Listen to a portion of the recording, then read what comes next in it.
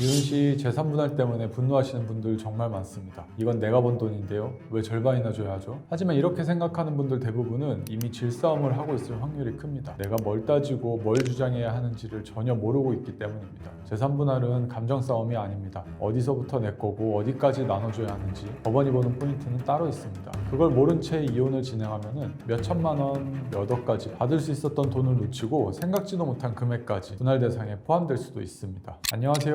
당신의 히어로 박진우 변호사입니다. 이혼을 고민하시거나 이미 이혼 절차를 밟고 계신 분들 중에는 지금 머릿속이 굉장히 복잡하실 겁니다. 감정도 아직 정리가 안 됐는데 갑자기 재산 얘기가 나오고 통장, 집, 보험, 퇴직금까지 하나하나 계산되기 시작하니까요. 그래서 많은 분들이 이렇게 생각합니다. 지금은 너무 힘드니까 재산 분할은 나중에 생각하자. 일단 이혼부터 하고 보자. 그런데 재산 분할은 이혼을 결심한 그 순간부터 어떤 대응을 하느냐에 따라서 결과가 완전히 달라집니다. 같은 혼인기간, 같은 재산을 두고도 누군가는 억 단위로 더 가져가고 누군가는 설명도 제대로 못한 채 불리한 판결을 받습니다. 그래서 오늘 영상에서는 재산 분할에서 반드시 기억하셔야 될 4가지 핵심만 정리해 드리겠습니다. 이 4가지만 알고 계셔도 불필요하게 손해보는 일은 확실히 줄이실 수 있습니다.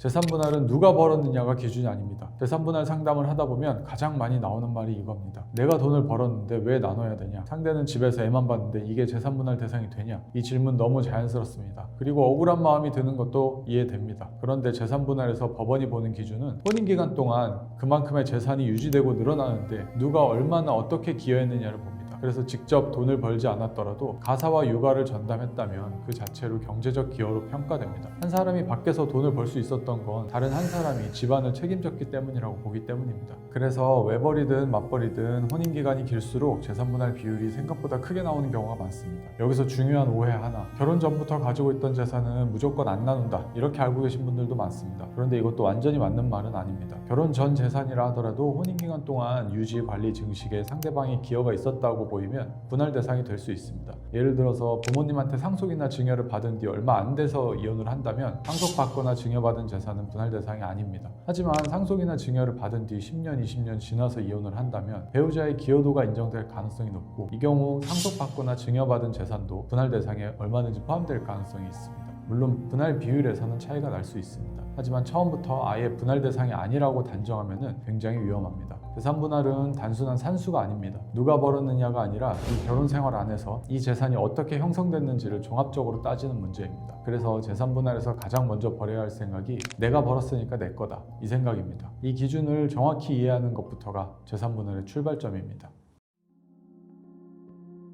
재산 분할에서 생각보다 많은 분들이 놓치는 게 바로 기준일입니다. 같은 재산이라도 언제를 기준으로 보느냐에 따라 금액도 분할 범위도 완전히 달라질 수 있습니다. 많은 분들이 이렇게 생각합니다. 지금 통장에 얼마 있느냐, 지금 집 시세가 얼마냐, 이게 기준 아니냐고요. 그런데 재산 분할은 지금이 아니라 특정 시점을 기준으로 봅니다. 현금, 예금, 적금처럼 금액이 계속 변하는 재산은 혼인 파탄 시점을 기준으로 판단하는 게 원칙입니다. 보통은 이혼 소장이 접수된 날 또는 실질적으로 별거가 시작된 시점이 기준이 됩니다. 그래서 이 시점 이후에 돈을 빼거나 재산을 정리했다고 해서 분할 대상에서 빠지는 건 아닙니다. 오히려 왜 그 돈을 썼는지, 어디에 사용했는지를 소명해야 되는 상황이 올 수도 있습니다. 설명하지 못하면 그 돈을 아직 보유한 것처럼 계산되는 경우도 많습니다. 부동산은 또 다릅니다. 부동산은 사실심 변론이 종결되는 시점, 쉽게 말씀드리면 재판이 끝나는 시점에 시가를 기준으로 가치를 평가합니다. 실무에서는 보통 KB 시세 같은 객관적인 시가 자료를 기준으로 삼습니다.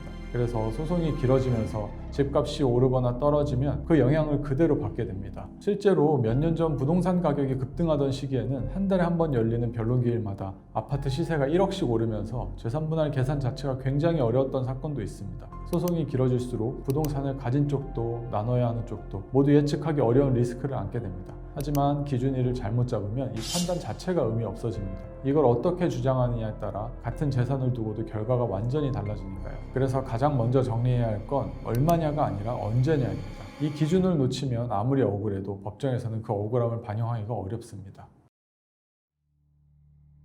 가장 많이 화가 나는 부분이 바로 이겁니다. 아직 해지하지도 않은 보험, 앞으로 계속 다닐 회사의 퇴직금이 왜 재산분할 대상이 되느냐는 겁니다. 지금 당장 손에 쥔 돈도 아닌데 이걸 나누는 게 말이 되냐고요. 그런데 법원은 지금 현금이냐 아니냐가 아니라 혼인기간 동안 함께 형성된 경제적 가치인가를 봅니다. 보험부터 보면 보험은 매달 보험료를 납입하면서 해지했을 때 받을 수 있는 경제적 가치가 쌓입니다. 그래서 재산분할에서는 보험 그 자체가 아니라 예상 해지 환급금을 기준으로 봅니다. 해지할 생각이 없어도 앞으로 유지할 계획이어도 상관없습니다. 혼인기간 동안 환급 가치가 형성됐다면 그 부분은 분할 대상이 됩니다. 퇴직금도 마찬가지입니다. 아직 퇴사하지 않았어도 앞으로 퇴사할 계획이 없어도 퇴직금 채권은 이미 발생한 것으로 봅니다. 그래서 예상 퇴직금 역시 재산분할 대상에 포함됩니다. 여기서 중요한 포인트가 하나 있습니다. 퇴직금 전부가 무조건 분할 대상이 되는 건 아닙니다. 결혼 전 근무기간, 혼인 중 근무기간을 구분해서 주장할 수 있습니다. 예를 들어 총 근속 15년 중에 혼인기간이 8년이라면 그 8년에 해당하는 부분만 재산분할 대상이라고 주장하는 겁니다. 보험도 마찬가지입니다. 결혼 전부터 유지해온 보험이라면 혼인기간 이후에 형성된 환급가치만 분할 대상이 된다고 볼 여지가 있습니다.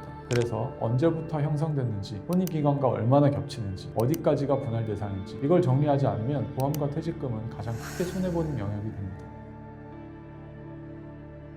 재산분할에서 결과를 망치는 가장 큰 이유는 법을 몰라서가 아닙니다. 대부분은 이 타이밍에 이 4가지 실수로 인해 스스로 불리해집니다. 첫 번째 실수는 재산을 미리 빼두면 안 걸릴 거라고 생각하는 겁니다. 계좌에서 돈을 빼고 보험을 해지하고 명의를 옮기면 상대가 모를 거라고 생각합니다. 하지만 이혼소송에서는 금융거래 내역, 보험, 부동산 기록이 전부 조회됩니다. 설명하지 못하는 사용처는 이미 써버렸어도 보유한 재산으로 간주되는 경우가 많습니다. 빼돌렸다고 끝나는 게 아니라 그만큼 더 불리해질 수 있는 겁니다. 두 번째 실수는 기준일을 전혀 의식하지 않는 겁니다. 언제 이혼을 결심했는지, 언제 별거가 시작됐는지, 언제 소송이 시작됐는지 이 날짜 하나로 재산분할 범위가 완전히 달라지는데 대부분은 아무 준비 없이 넘어갑니다. 나중에 가서 그때 캡처라도 해둘 걸 이렇게 후회하시는 분들 정말 많습니다. 세 번째 실수는 억울함을 주장하면 비율이 자동적으로 줄어들 거라고 믿는 겁니다. 내가 더 벌었다, 내 명이다, 내가 다 관리했다. 이 말들은 감정적으로는 이해되지만 법원에서는 결정적인 기준이 아닙니다. 구체적인 자료와 구조 없이 억울함만 강조하면 결과는 거의 바뀌지 않습니다. 네 번째 실수는 상대가 먼저 요구하니까 그 흐름에 그냥 끌려가는 겁니다. 상대가 던진 숫자, 상대가 정한 기준일에 그대로 대응하다 보면 처음부터 불리한 판에서 시작하게 됩니다. 재산분할은 나중에 잘 설명하면 되는 문제가 아닙니다. 억울하다고 느끼는 분들 중 정말로 억울한 분들도 많겠죠. 하지만 그 억울함의 상당수는 재산분할 기준에 대해서 조금만 더 알았어도 충분히 방어할 수 있었던 경우입니다. 재산분할은 혼자만의 판단으로 방어해야 될 문제가 아닙니다. 잘못된 판단 하나가 수년치의 후회로 돌아오게 됩니다. 오늘 이 영상이 막심한 손해를 보지 않기 위한 최소한의 기준이 되길 바랍니다. 지금까지 당신의 히어로 박진우 변호사였습니다.